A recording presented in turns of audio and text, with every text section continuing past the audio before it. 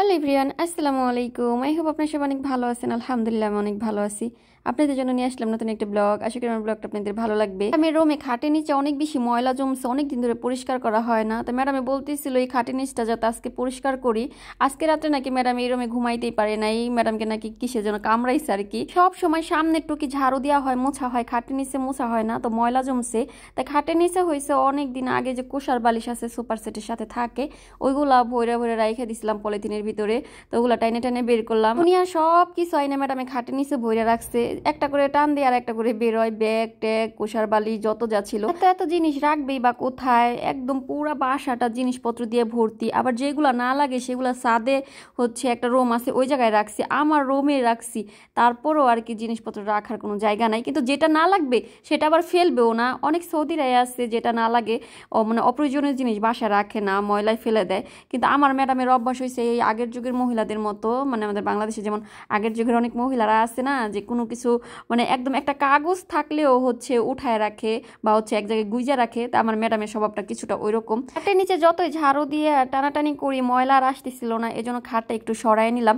এখন হয়েছে আগে ঝাড়ু দিব, ঝাড়ু দিয়ে মুইছে পরিষ্কার করব।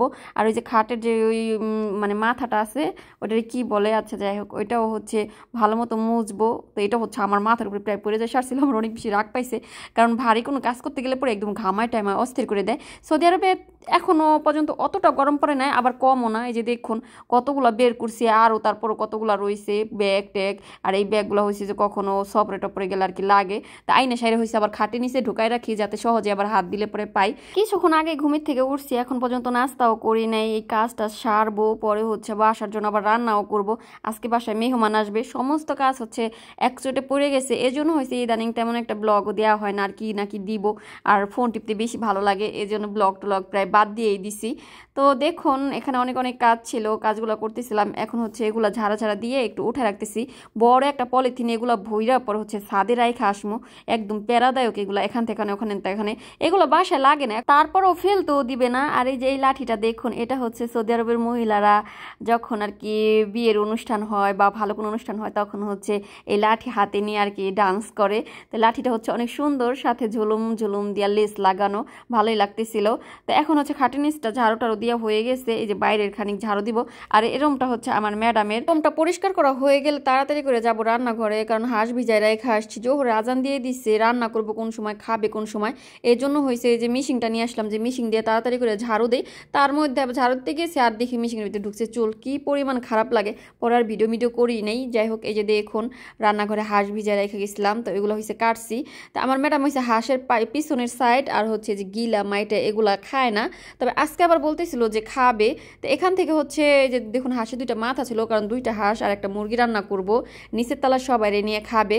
তো হাঁসের পা তো দেয় না, মানে যে জায়গাতে আনছে আর কি, পাক গিলা মাইডা পরে হচ্ছে গলা মাথা, ওইগুলো আমি রাইখে দিছি। তবে ওই জায়গা থেকে একটা গিলা আর একটা গলা ম্যাডাম রে আর কি এটার ভিতরে রান্না করে দিছি। উনি বললো যে আমার আর কি একটা দে। সকালে ঘুম থেকে উঠেই হচ্ছে গা হওয়া বানাই দিছিলাম, কারণ সৌদি আরবের মানুষরা হচ্ছে আর যাই হোক গা হওয়া চা ছাড়া চলেই না একদম। সকালবেলা ঘুম থেকে ওঠার সাথে সাথে গা হওয়া বানাইতে হবেই হবে।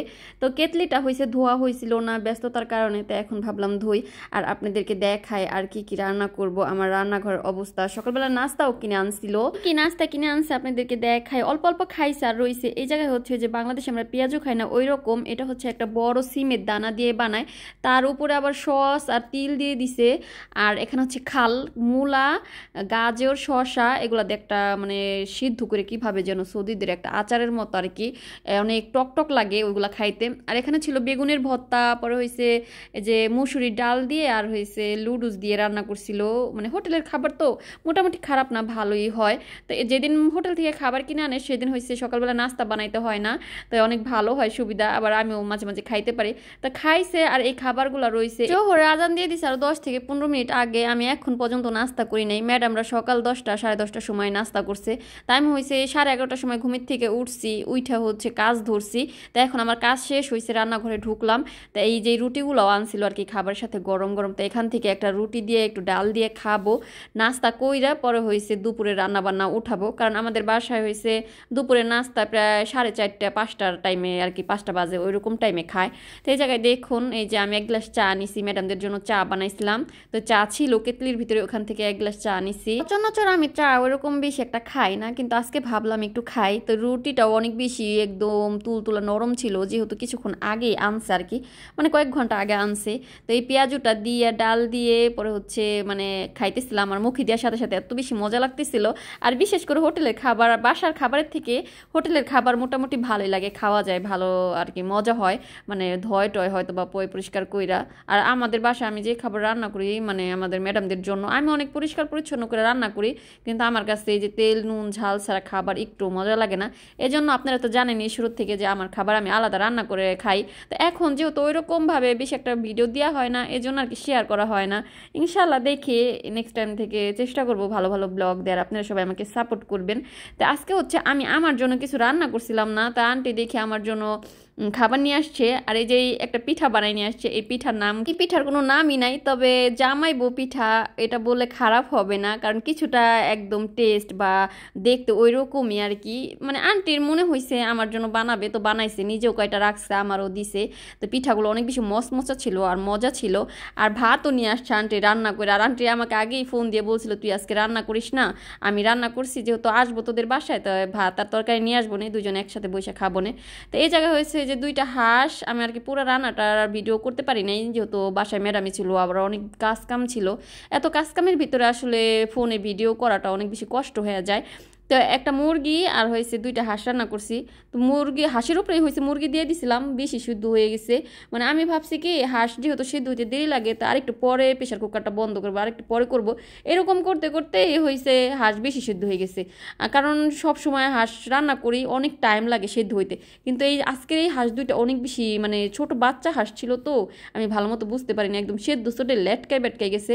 তা কোনো সমস্যা নাই, কারণ আমার ম্যাডামরা আমি যেইভাবে রান্না করে দিব আমার ম্যাডামে তাও বলবে যে ভালো হয়েছে মাশাল্লাহ। আমার ম্যাডামে কখনোই আমার হাতের খাবার খায় বলে না যে ভালো হয় না, হ্যান ত্যান এটা সেটা। আমার ম্যাডাম সত্য কথা বলতে অনেক ভালো একটা মানুষ। উনি মনে করে আমার খাবার যদি ভালো না হয়, এটা যদি আবার আমাকে সামনাসামনি বলে বা আমারে যদি রাগারাগি করে, হয়তো বা আমি নেক্সট টাইম আবার রান্না করতে গেলে মানে ভয়ে ভয়ে থাকবো, ভালো করে আবার রান্না করতে পারবো না।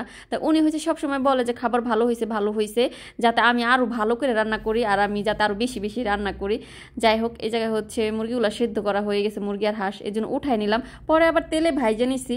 তো এইরকমভাবেই কাজ কাম রান্না বান্নার ভিতর দিয়ে ব্যস্ততার মধ্যে দিয়ে হয়েছে সৌদি আরবে কাজের জীবনটা, মানে কাজের লোকের জীবনটা, লাইফটা চলে যাইতাছে, দিন পার হইতাছে, রাত পোহাইতাছে। হাঁসের মাংস সেদ্ধ করে রাখা যে ঝোলটা ছিল ওইটার ভিতরে হয়েছে আলা চাল দিয়ে দিছিলাম, কারণ আমার ম্যাডামে আলা চালের ভাত ছাড়া অন্য কোনো চালের ভাত খাইতে পারে না। তো আমাদের বাসায় যখনই আমি রান্না করি আলা চালের ভাতটা একটু বেশি রান্না করা হয়। তো আলা চাল ধুয়ে হচ্ছে ভাত রান্না করার জন্য বসায় দিছি ঝোলের ভিতরে, এখন হচ্ছে ঢাকনা দিয়ে ঢাইকা রাখবো। আর এই পাশে হচ্ছে একটু ক্যাপসিকাম মরিচ আর টমেটো দিয়ে যে জৈতুন তেলের ভিতরে ভালো মতো কষায় নিতেছিলাম। আর এই যে একটু ঝোলও রাইখা দিছি, কারণ ওই ঝোল দিয়ে আর এই যে রুটিগুলা দিয়ে দেখুন যে নিচে মাছরি রুটি, এগুলা দিয়ে হয়েছে ফেত্তা বানাবে, যাতে ভাতের নিচে দিবে, ভাত হয়েছে উপরে দিবে, উপরে ভাতের উপরে আবার হয়েছে যে ভাইজা রাখা যে মাংসগুলা দিবে, পরে হচ্ছে খাবে। সৌদি আরবে খাবারের নিয়মগুলোই হচ্ছে অন্যরকম, আমাদের দেশের মতো না। আমাদের দেশের খাবার মাশাল্লাহ দেখলেই পরাণ ভইরা যায়। তো অনেক বেশি মিস করি দেশের খাবার। ইনশাআল্লাহ হয়তো বা দেশে গিয়ে কখনো না কখনো খাওয়া হবে, কারণ সারা জীবন তার বাহিরে থাকবো না। তো ভাতগুলো রান্না করা হয়ে গেছে, আর ভাতগুলো মাশাআল্লাহ অনেক বেশি ঝরঝরা ছিল, মানে রান্না করা হয়েছে। আলা চালের ভিতরে যত পানি কম দেওয়া যাবে ভাতটা ততই ঝরঝরা হবে আর খাইতেও অনেক বেশি মজা হবে। তো আজকের ব্লগটা এই পর্যন্তই, দেখা হবে নেক্সট ব্লগে, সে পর্যন্ত ভালো থাকবেন, আল্লাহ হাফেজ।